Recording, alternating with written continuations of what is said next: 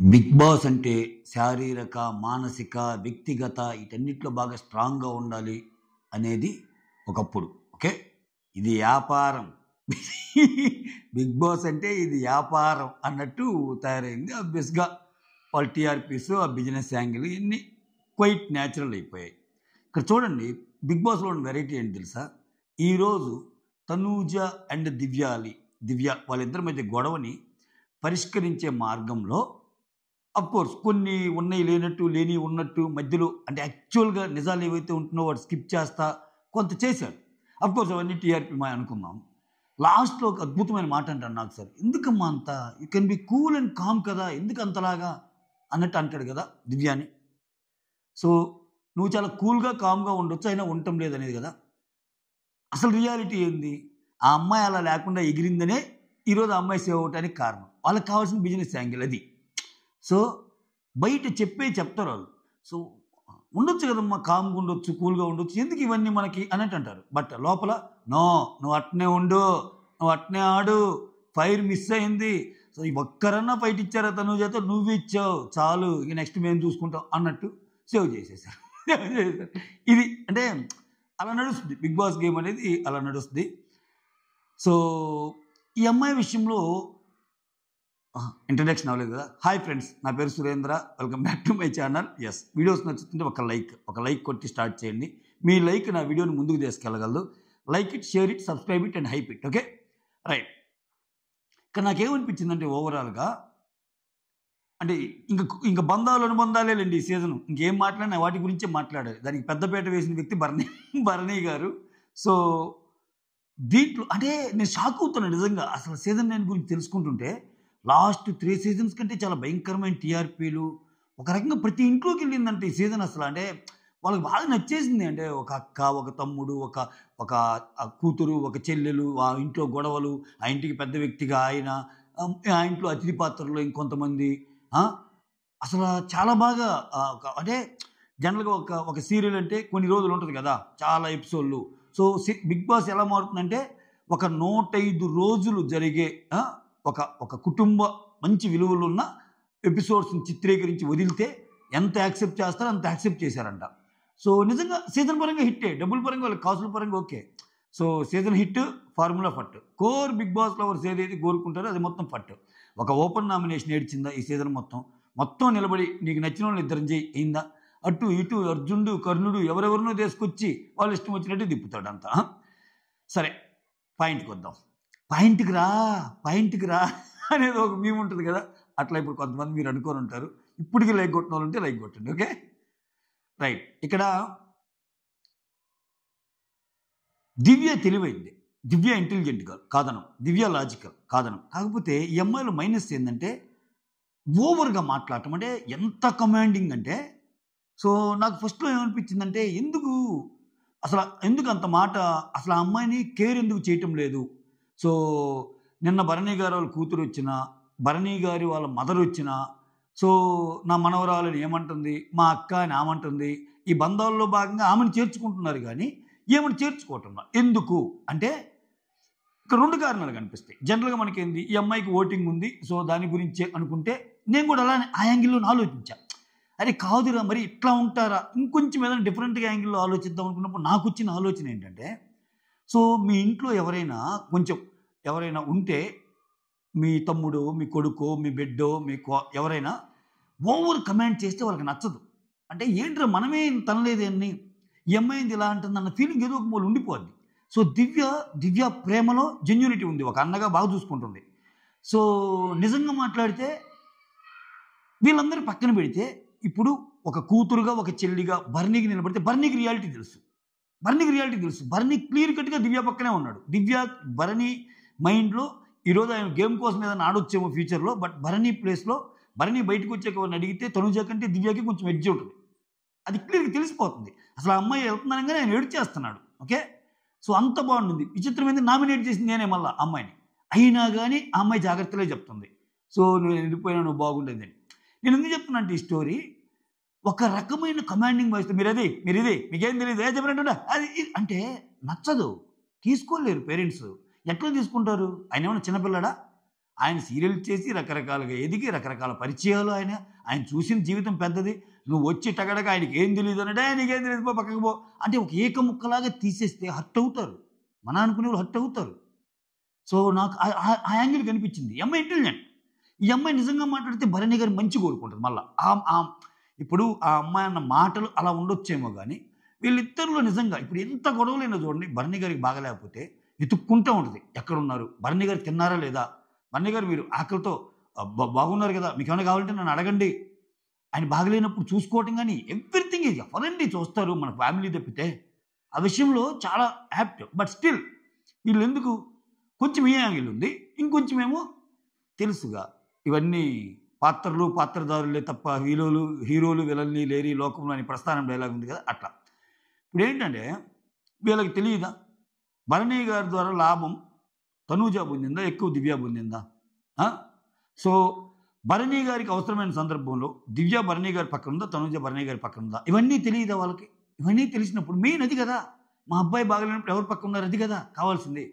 So అంటే నేను రెండు మిక్స్ అయి ఉన్నాయి అన్నట్టు చెప్తున్నాను. ఒకటేమో దివ్యాకి ఓటింగ్ లేదు, తనూజకి ఓటింగ్ ఉంది. మనోడు కొంచెం ముందుకెళ్ళాలంటే ఇప్పుడు తనూజ ఫ్యాన్స్తో పెట్టుకోకూడదు. తనూజ ఫ్యాన్స్తో పెట్టుకుంటే ఏమవుతుందో కొన్ని తెలుసు వాళ్ళకి. సో ఆ పరంగా ఎందుకులే గొడవ అన్నట్టు కొంచెం ఇదిగా ఉన్నారు. అందుకే చూడండి, వాళ్ళ మదర్ వచ్చినా, వాళ్ళ సిస్టర్ వచ్చినా, భరణి వాళ్ళ కూతురు వచ్చినా, భరణి వాళ్ళ అమ్మ వచ్చినా, భరణి వాళ్ళ కూతురు ఏం చెప్తుంది, నిన్ను కమాండింగ్గా ఉంటే నువ్వు అసలు ఏం తగ్గొద్దు, అట్లా ఒప్పుకోవద్దు అంటది. ఇక్కడ ఏం పోతా ఏమంటది, సో నువ్వు మాత్రం కొంచెం జాగ్రత్తగా ఆడుకమ్మా అంటే పెద్దదని చెప్తున్నాను ఏమనుకోవద్దు ఇది అంది. అక్కడ మధ్యలో ఏమైనా ఎడిటింగ్లో కట్ చేసాడు మనకు తెలియదు. అమ్మాయి బాధపడింది, ఏంది నేను అసలు ఎందుకు ఇలా ఉన్నాను, నేను ఒక అన్నగానే కదా చూస్తున్నాను నేను అంటే. భరణి డైలాగ్ అంటాడు, ఏమంటాడు, అరే నాకు అర్థమవుతుంది కదమ్మా, నాకు అర్థమవుతుంది కదా, నాకు తెలుసు కదా నువ్వేంటో. సో నువ్వు కమాండ్ చేస్తా మాట్లాడుతుండేసరికి ఒక తల్లిగా వాళ్ళకి అలా అనిపించుండొచ్చు అని చాలా బాగా ఎక్స్ప్లెయిన్ చేస్తాడు. సో ఈరోజు భరణి గారు అయితే మారుతున్నారబ్బా అంతవరకు చెప్పొచ్చు. భరణి గారు ఇదివరకు భరణి గారు లేదు ఖచ్చితంగా.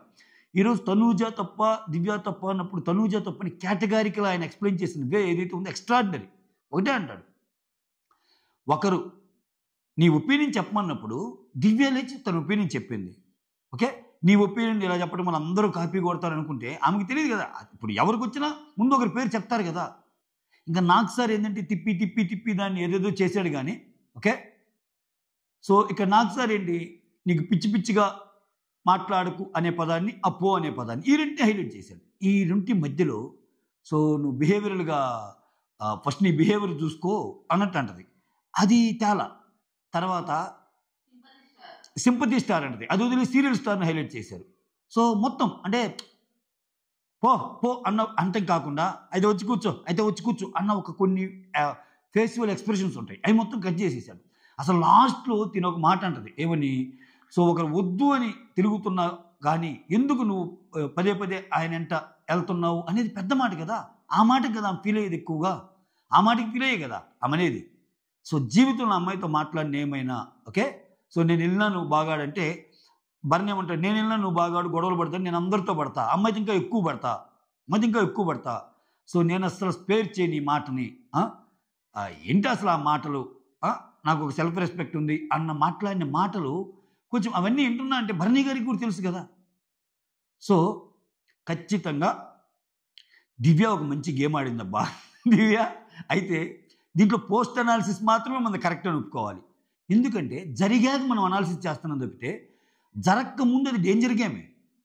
మనం మాట్లాడుకుంది మనమే కదా అందరూ. ఇప్పుడు ఏంటి, ఆమె తనూజ వైపుకి వెళ్ళిపోయింది, తనూజకి అగెనిస్ట్గా వెళ్ళిపోయింది కాబట్టి ఆమెకి నెగిటివ్ అయ్యిద్ది అని మాట్లాడుకున్నారు. కానీ ఈరోజు ఆమెకు ప్లస్ అయింది కాబట్టి మనం పోస్ట్ అనాలిసిస్ చేయొచ్చు. ఏ విధంగా ప్లస్ అయింది, ఏ విధంగా అయింది, ప్రాబబ్లీ దివ్య అవుట్ అనుకుని ఉండొచ్చు. సో ఎలాగూ వెళ్తా, నో డౌట్ ఎలాగూ వెళ్తా. ఓకే, వెళ్ళే పనికి ఎలాగూ వెళ్తా. లాస్ట్ వీక్ నేను లీస్ట్లో ఉన్నా. ఇక్కడ నాకంటే ఉండోళ్ళు ఎంతో కొంత కొంచెం బెటర్ ఓటింగ్ ఉండోళ్ళు, అందుకే అందరూ డౌట్ పడతా ఉంటారు.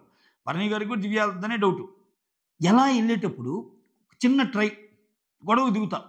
ఆమె ఫస్ట్ నుంచి అన్న మాటలు నాకు తెలుసు, గొడవకు దిగితే ఏ యాంటీ తనూజ ఫ్యాన్స్ కన్సాలిడేట్ చేయగలిగితే నేను ఉంటా, లేకపోతే నేను పోతా అన్నట్టే ఆమె ఆడుండొచ్చు అబ్బా, అంతే.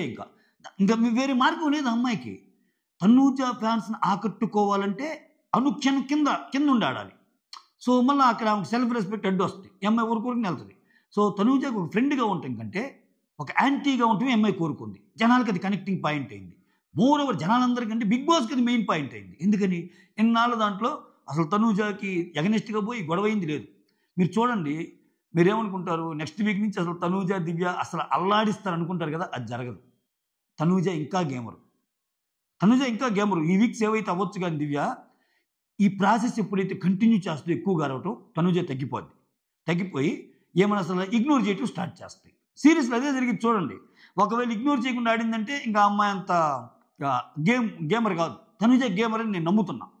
ఎందుకంటే నాకు సార్ కూడా అంటాడు, సో నువ్వు చూసుకో, ఇట్లా ఉంటే ఆ పాతాళానికి అది ఇది చెప్తాడు కదా, సో ఎలా పోద్దో ఏంటో అన్నది ఉంటుంది కొంచెం. ఆమె అలా ఉంటున్నా, ఆమె తగ్గుంటున్నా దివ్య కానీ వాంటెడ్గా పోయిందా నెక్స్ట్ మళ్ళీ దివ్యాకే డేంజర్. ఎక్కువ రోజులు ఉండదు. ఇంకా ఇప్పుడు ఏంటంటే మనం ఇంతవరకు జరిగిన దాన్ని బట్టి ఇంకా ఫైట్స్ ఇంకా గొడవలు అనుకుంటాం. సో ఈ అమ్మాయి వాంటెడ్గా వెళ్ళిందనుకో ఈ అమ్మాయికే లాస్. లేకపోతే నిజంగా అంటే అసలు అట్టయితే ఆ అమ్మాయిని సేవ్ చేయటం ఎందుకురా, అసలు గొడవలు టీఆర్పీని బట్టే కదా అంటే అక్కడ తనూజ ఛాన్స్ ఇస్తే గొడవలు అవుతాయి. తనూజ ఛాన్స్ ఇవ్వకపోతే గొడవలు అవ్వవు కదా. ఏమో రెండు మాట్లాడితే ప్లీజ్ చాలు ఇంకా అని వెళ్ళిపోయింది అనుకో తనూజ, ఇంకా గొడవ ఏముంది, ఉండదు కదా. సో అది ఇంట్రెస్టింగ్ ఫ్యాక్టర్, అది చూడాలనుకుంటున్నా. అయితే ఇక్కడ నాగబాబు గారు, సో వాళ్ళ మదర్తో వచ్చిన నాగబాబు గారు చాలా మంచి హిట్ ఇస్తారు. ఏమంటారు, ఎదురు ఉన్నది నీ కూతురైనా బాగాడు అని. అంటే అఫ్కోర్స్ ఆయన బిగ్ బాస్ చూడలే, ఎవరో వచ్చిన వాళ్ళు భరణి ఫ్యాన్స్ ఎవరొకరు చెప్పుంటారు, ఇట్లా చెప్పండి సార్ కొంచెం తనూజ దగ్గరికి వచ్చేసరికి, కొంచెం తనూజ దగ్గరికో లేకపోతే దివ్య దగ్గరికో ఆ బాండ్ల విషయం వచ్చేసరికి ఆయన మాట్లాడలేకపోతున్నాడని. చూడు ఈ మధ్యన అలా మాట్లాడుతున్నావు, మాకు నచ్చావా లేదా అన్నట్టు అంటారు నాగబాబు గారు. అది హైలైట్. ఓకే, సో మొత్తానికి నాగబాబు గారు వాళ్ళ అమ్మ వస్తారు, చాలా హ్యాపీగా ఫీల్ అవుతాడు. నేను అసలు ఎక్స్పెక్ట్ చేయలేదంటారు. సో వాళ్ళ అమ్మ వచ్చి కొన్ని మంచి మాటలు చెప్పిద్ది, చక్కగా ఉండు నాన్న, అది ఇది నువ్వు బాగా ఆడాలి, సో నువ్వు గుర్తొస్తున్నావు అది ఇదని. నాగబాబు గారు ఒక మాట చెప్తారు, ఏంటంటే అసలు చాలా అగ్రెసివ్గా ఉండేవాడంట ఇతను, అంటే ఏకంగా కొట్టేవాడంట బయట. సో ఏదైనా తేడా వస్తే నువ్వు బిగ్ బాస్లో అట్లా ఉండొద్దని చెప్తే మరి నేను తక్కువ ఉంటాను అనుకున్నా కానీ కంప్లీట్గా గంగిగోవులాగా మారిపోయాడు. అలా ఉండటం కూడా పనికిరాదు. ఓకే, సో బాగా ఆడేవాళ్ళు రావాలి. సో దాంట్లో తను ఉంటే నేను సంతోషిస్తా, ఎందుకంటే ఒక భరణి నాకు బాగా కావాల్సినాడు కాబట్టి. అలా అని చెప్పి మీరెవరు ఆడినా డిజర్వ్డ్ పీపుల్ ఎవరు విన్ అయినా నాకు ఓకే అన్నట్టు చెప్తాడు. సో అది అయిపోద్ది. సో దీనికి ముందు కెప్టెన్ టాస్క్ అయింది. ఆ కెప్టెన్ టాస్క్ క్లియర్గా మనకి తెలిసిందే. ఇక్కడ నేను ఒక పాయింట్ చెప్తా, తనూజ అయితే కావాలని ప్లాన్ చేసి సుమన్ని ఓడించాల, అంటే ఆమె కూడా అంత అనుకోవాలా. కానీ ఆమెది ఎక్కడ తప్పు అయిందంటే ఇక్కడ 1 by 1 స్టేర్ కేస్ పెట్టా పోయినప్పుడు మెట్లు లాస్ట్ ఆమెకి చెప్తాడు ఇదిగో పెట్టానని. ఆమె 2 సార్లు ఇటు తట్టి ఆమె వెళ్ళిపో అంటది. అంటే ఏమనుకుంటాడు ఎవరైనా, ఇంక తనూజ వెళ్ళిపోమని కంటే వెళ్ళిపోతారు కదా. కానీ అక్కడ తనూజకు కూడా తెలియదు ఇది కరెక్ట్గానే ఫిట్ అయింది అనుకుంటుంది. ఏది డిమాండ్ పవన్ వచ్చి లాజిక్ చెప్పి కరెక్ట్గా ఫిట్ అవ్వలేదురా నువ్వు అది తెప్పి పెట్టాలరా అన్నదాకా ఆమెకి తెలియదు. సో టెక్నికల్గా అలా పెట్టకపోతే తప్పేగా. సో అక్కడ నేను తనూజది పెద్ద తప్పు అని నేను అన్నాను. కేవలం తప్పు ఏంటంటే ఆ మొదలు జరిగిన తప్పు ఏంటంటే సుమన్ శెట్టి అలా పంపటం వల్ల ఆమె అనుకునే ఛాన్స్ ఉంది. అంటే బయట చూసే జనాలు తనూజ పంపితేనే కదా ఆయన పోయింది అని అనుకునే ఛాన్స్ ఉంది తప్పితే, సో ఆమె చెప్పినా చెప్పకపోయినా ఈయన కూడా పెట్టాలిగా. ఈయన ఎలా పెట్టినా ఒకసారి ఆమె కూడా చూడాల్సిన బాధ్యత ఉంది.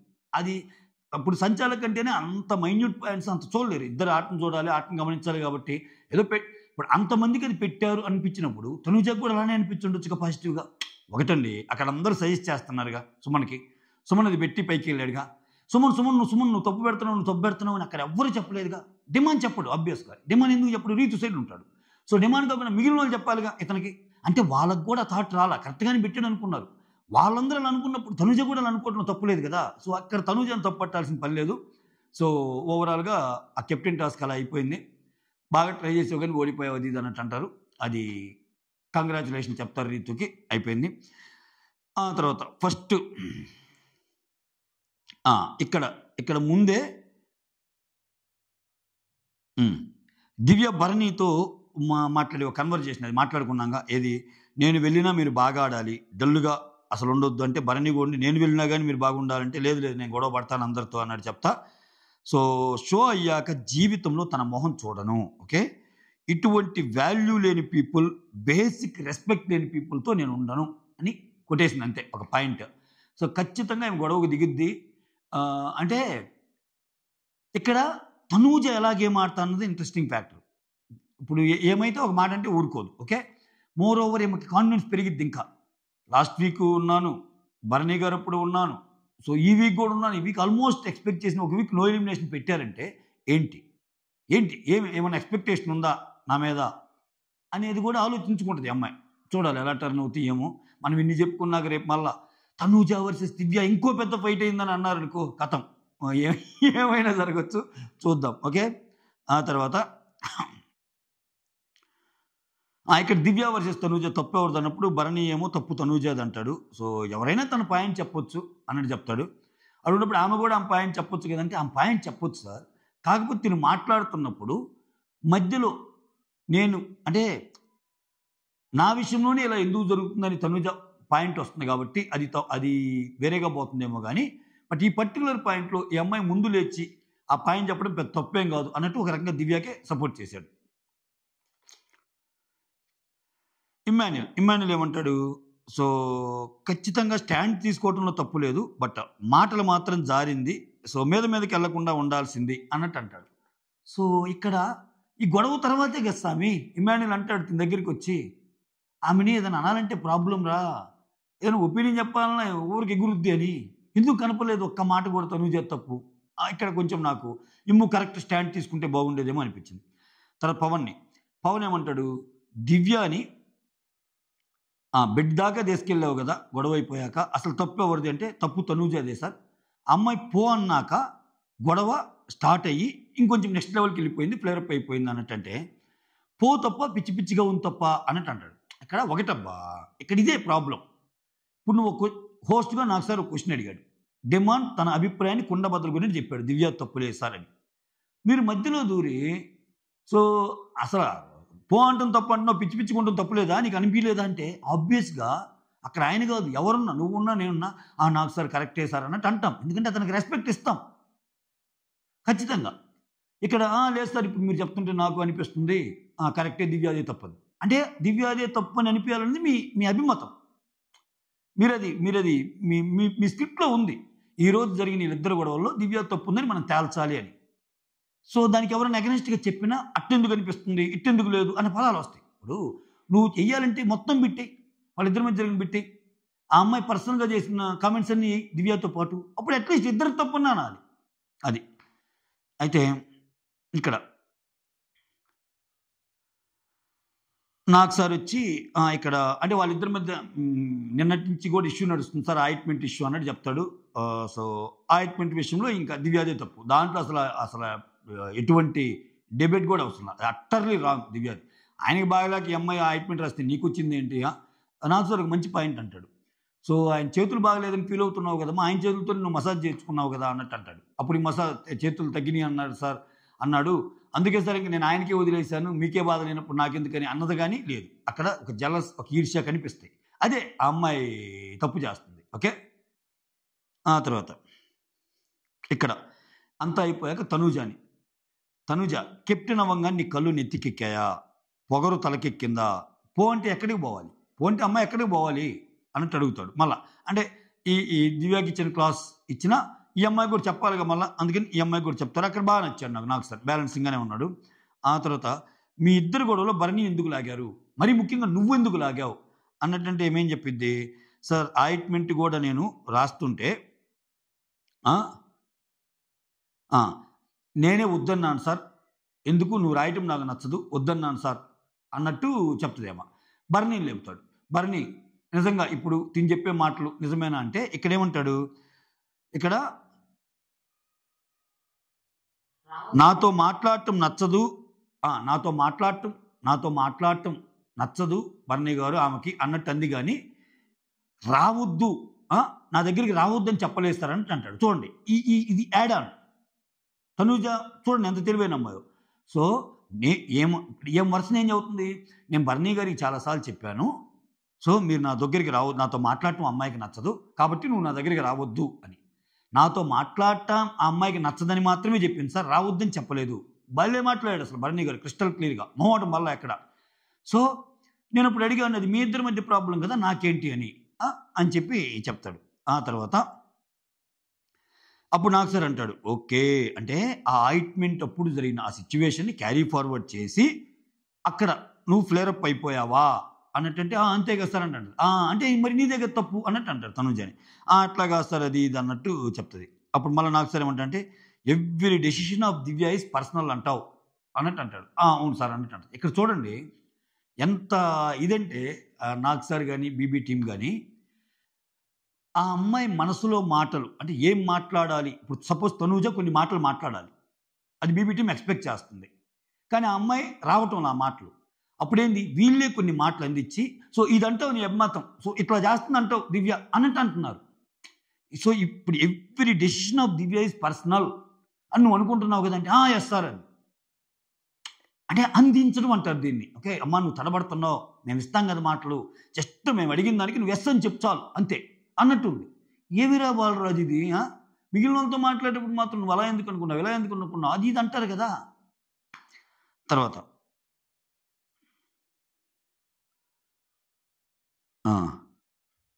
ఇక్కడ దివ్యాని ఇక్కడ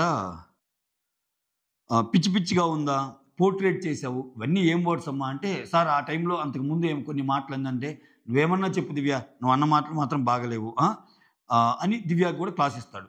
ఏంటమ్మా నువ్వు కామన్ కంపోజర్గా ఉండాలి ఏంటి ఈ మాటలు, ఏదో క్యారీ ఫార్వర్డ్ చేసావు లేకపోతే ఆ మాటలు ఏంటి, సో పిచ్చి పిచ్చిగా ఉందా అంటాం ఏంటి ఇవన్నీ అన్నట్టు ఆమె కూడా క్లాస్ పీగుతాడు. సారీ సార్ నా తప్పు అయింది సార్, ఇంకా అటువంటి పదాలు అట్లా యూజ్ చేయండి సార్ అన్నట్టు ఆమె కూడా అంటుంది. ఆ తర్వాత తనూజాని కరెక్ట్ చేసుకోకపోతే నీకేం పాతాళానికి వెళ్ళిపోద్ది, ఒక్క తప్పు జాలి ఎక్కడ అన్నట్టు ఆమెకి చెప్తాడు. దివ్యాకేమో మాట జారితే ఆట జారుతుందమ్మా జాగ్రత్త అన్నట్టు చెప్తారు. ఇది ఫ్యామిలీ వీక్లో కుళాయి దగ్గర గొడవలాగా ఏందమ్మా ఇది అన్నట్టు చెప్తారు. ఓకేనా. ఆ తర్వాత ఫ్యామిలీ వీక్ ఒక్కొక్కరిది. భరణి గారు అంటే ఒక్కొక్క ఆడియో వాయిస్ వస్తే ఆ ఆడియో వాయిస్ని గుర్తుపట్టాలి, గుర్తుపట్టాక వాళ్ళు పిలుస్తారు. విచిత్రం ఏంటంటే నాకు సార్ అడిగాక చెప్పాలి పేరు. భరణి గారు ఏం చేస్తారు ముందే లేచి మా అమ్మగారి వాయిస్ అంటారు, సో అది గుర్తుపడతారు. తనూజ చెప్తుంది అంతకుముందు ఆ భరణి గారి అమ్మ వాళ్ళ వాయిస్ అని. అయితే ఇక్కడ క్యాన్సిల్ చేస్తున్నాను నువ్వు ముందే చెప్పావు కదా ఆయన నాటాడించడానికి చెప్తే అయ్యో అని ఎమోషన్ ఫీల్ అవుతాడు. సార్ సార్ మళ్ళా పెట్టండి సార్ గేమ్ అంటాడు. ఇక్కడ చూడండి మళ్ళీ అదే వాయిస్ని సుమన్ చెప్పమంటారు. సుమన్కి వాళ్ళకి తెలుసు వాళ్ళకి తెలుసు బీబీ టీంకి సుమన్ గారి తెలివితేటలు, అందుకని అదే వాయిస్ని మళ్ళీ ఇస్తే అది భరణి గారి అమ్మగారిదండి అన్నట్టు అంటాడు. ఇంతకు ముందే కదా స్వామి వినిపించింది అన్నట్టు అనిపించింది నాకైతే. ఎక్సలెంట్ సుమన్ అన్నట్టు సుమన్ ఏం చేసింది ఎక్సలెంటే. సో తర్వాత ఇంకా ఇక్కడ విజయలక్ష్మి గారు నాగబాబు గారు అమ్మ గురువు అంటుంటారు కదా, సో వీళ్ళిద్దరిని తెచ్చాను మాట్లాడనప్పుడు ఇక్కడ ఇంకా ఇందాక నేను చెప్పిందే సేమ్. సో చాలా అగ్రెసివ్గా ఉండేవాడు, ఇక్కడికి వచ్చాక గంగిగోపాల్ లాగా ఉంటున్నాడు అది ఇద్దని. ఒక మాట అంటాడబ్బా మేము సీరియల్ చేసేటప్పుడు అగ్రెసివ్ అన్నట్టు చెప్తా. సో బేసికల్గా he's mega fan Chiranjeevi Pawan Kalyan అని చెప్పి అది ఇది చేస్తాడు. సో అది అది తప్ప ఉప్ప అంటే అది మళ్ళీ డిబేటబుల్ పాయింట్. బిగ్ బాస్ గేమ్కి దీనికి అంటే ఇంకా మనం ఏం చేయలేం, వాటి మీద కామెంట్స్ ఇప్పుడు అనవసరం ప్రస్తుతానికి అనిపించింది నాకు. So is basically mega fan అంటారు. అట్లా అని చెప్పి గేమ్ని దాన్ని వేరుగానే చూస్తారులేండి. అట్లా అనుకుంటే ఇతను వచ్చేటప్పుడే తెలుసుగా నాగబాబు గారికి బెస్ట్ ఫ్రెండ్ అని అలా అని చెప్పి ఆ పులోమని ఇతనికి ఏం ఓట్లు లేదుగా, వాళ్ళు మెగా ఫ్యాన్స్ అందరూ ఓట్లు వేస్తే ఇతను ఎలిమినేషన్ జోన్ లాగా ఎందుకు వస్తాడు, సో టాప్ ఉంటాడుగా. సో అంత అమాయకంగా అయితే జనాలు ఉండరులేండి, కాకపోతే ఎంతో కొంత హెల్ప్ అయ్యిద్ది కొంత. అసలు షోనే చూడకుండా ఉండేవాళ్ళు ఇది ఒక మ్యాటర్ అయ్యిద్ది. అరే నాగబాబు గారు నిన్న వెళ్ళారంట షోకి, నాగబాబు గారికి తెలిసిన భరణి అని ఎవరో ఉన్నారంట, సో అతను మన మన మన మెగా ఫ్యాన్స్ అంటగా అంటే కొంచెం ఓట్లు పట్టడానికి ఛాన్స్ ఉంటుందేమో. సో చూడాలి, మొత్తానికి ఒక్కొక్కటి ఎక్కే ఛాన్స్ ఉంది భరణి గారు. సో గేమ్ కూడా పర్లేదు, గేమ్ కూడా ఫస్ట్ దానికంటే ఇక్కడ బాగా ఆడుతున్నాడు. ఆ తర్వాత టాప్ 5 పెట్టమంటే భరణి, తనూజ, సుమన్ శెట్టి, ఇమ్మాన్యుల్, సంజన పేరు పెడతారు. ఓకే అది ఇక్కడ పెద్దగా ఫీల్ అవ్వాల్సిన పని లేదు. దివ్య ఫీల్ అయినా నా పేరు లేదని వాళ్ళ ఫ్యామిలీ వాళ్ళే వాళ్ళు 5వ పేరు పెట్టారు అంటే రియాలిటీ బాగా బాగా చూపించారు వాళ్ళు. సో అది మ్యాటరు.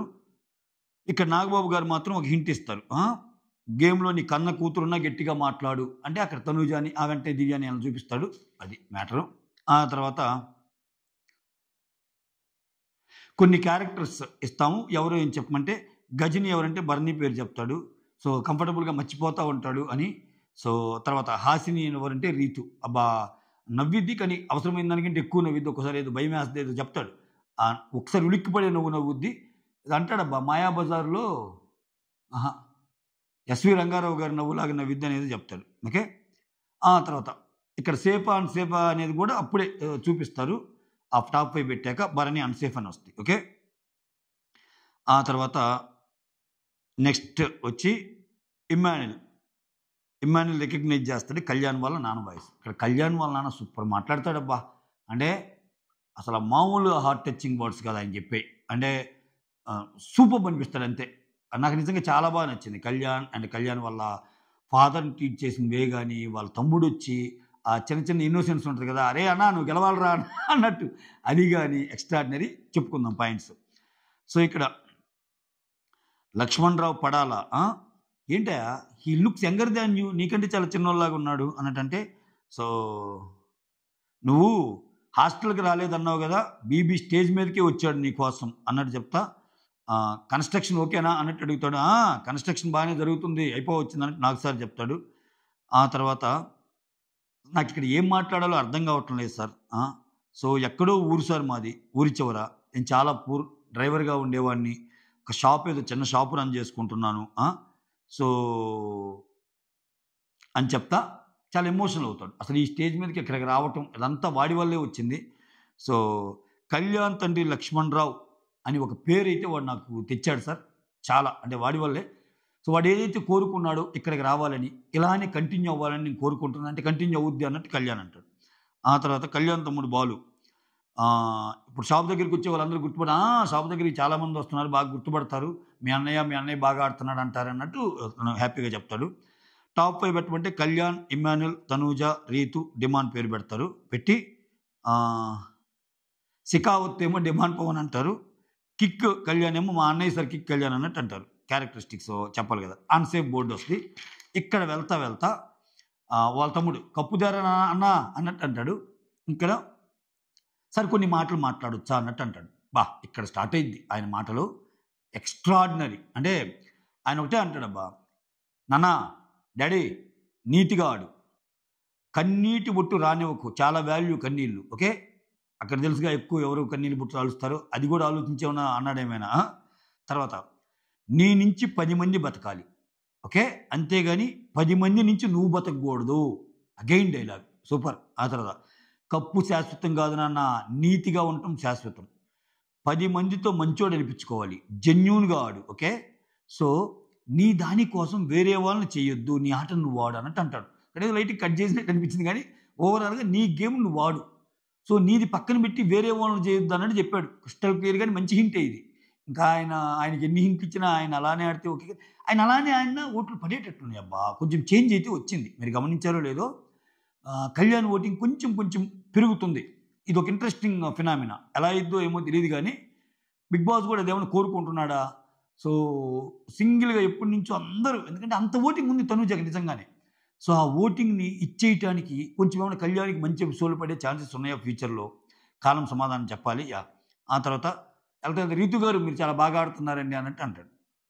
ఆ తర్వాత ఈ గ్యాప్లో దివ్య ఏడుస్తుంటే భరణి వచ్చి అంటాడు, నన్ను ఎందుకు అందరిని అర్థం చేసుకుంటారు కానీ నన్ను ఎందుకు అర్థం చేసుకోవటం లేదు, నేను అన్నలాగానే కదా చూస్తున్నానంటే, ఇందాక నేను చెప్పాను చూడు స్టార్టింగ్లో, నువ్వు చూస్తున్నావు అన్నలాగా, బట్ కమాండింగ్ ఎవరు ఒప్పుకోరు. అంటే సొంత వాళ్ళు అసలు ఒప్పుకోరు. దాంట్లో ఎంత ఉన్నా ఏంట్రా ఈ అమ్మాయి మా అబ్బాయిని తిడుతుంది, ఏంటి ఈ అమ్మాయి అసలు మా నాన్న ఇలా అంటుంది అంటే వస్తుంది.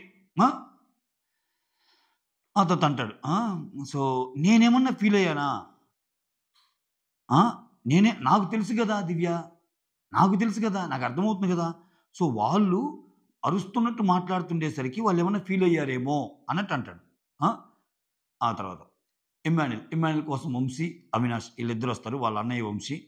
తర్వాత అవినాష్, సార్ నేను సీజన్ 4 సీజన్ 8లో ఏ రకమైన ఆట ఆడాను 2 సీజన్లు కలిపి వీడు ఒకే ఒక్క సీజన్ ఆడుతున్నాడు సార్. ఎక్స్ట్రాడినరీగా ఆడుతున్నాడు. నేను ప్రౌడ్గా చెప్తాను సార్ వాడు బాగా ఆడుతున్నాడంటే. ఇక్కడ ఇమ్మాన్యుల్ కూడా నేను ప్రౌడ్గా చెప్తున్నాను సార్. సో నేను ఆయన టీంలోకి నన్ను తీసుకున్నప్పుడు, సో నేను డైలాగులు ఇవ్వాలి, నువ్వు చెప్పాలనుకుంటా, అరే నువ్వు ఫ్రీ ఫ్లోలో ఏ డైలాగ్ చెప్పినా ఓకేరా, మనం ఇక్కడ ఉంది నవ్వించడానికి అని చెప్పేవాడు సార్. అలా చెప్పడం చాలా అరుదు సార్. అందుకని ఎప్పటికీ నా గురువు అవినాషే అన్నట్టు చెప్తాడు. అంటే ఫస్ట్లో ఆయన టీంలోనే ఇతను ఆడాడంట. తర్వాత టాప్ 5 పెట్టమంటే ఫస్ట్ ఇమ్మాన్యుల్, నెక్స్ట్ తనూజ, తర్వాత కళ్యాణ్, తర్వాత డిమాండ్, తర్వాత రీతుది పెడతారు. సో ఇక్కడ తనూజ అవినాష్ చాలా మంచివాడు సార్ అంటే నా అపార్ట్మెంటే సార్, సేమ్ ఇద్దరం ఒకే గేటెడ్ కమ్యూనిటీ అన్నట్టు చెప్తాడు. తర్వాత ఇక్కడ ఒక హింట్ ఇస్తాడు. నీకు అర్థమవుతుందిగా, ఈ పొజిషన్ బట్టి ఎవరితో ఆడాలి అనేది గుర్తు చేసుకో, నీకు ఇమ్యూనిటీ వద్దురా అన్నట్టు అంటాడు. అన్నా నా భయం నాకు ఉంటుంది కదన్నా, ఫస్ట్ టైం వచ్చాను అందుకే నా జనాలకి నేను చెప్పానన్నా అన్నట్టు ఆయన అంటాడు. ఇప్పుడు వాళ్ళ అమ్మ చెప్పినా ఏం చెప్పినా నువ్వు నామినేషన్లో ఉండు అని చెప్పటమే. ఆయనకి అది ఎందుకు, అది అర్థం అయ్యి చేస్తున్నాడా అర్థం కాకుండా చేస్తున్నాడా తెలియటం లేదు. సరే అది వాట్ ఎవర్, ఆయనకే లేని బాధ మనకెందుకు అన్నట్టు ఒక్కోసారి ఎక్కువ థింక్ చేయకూడదు ఇటువంటి.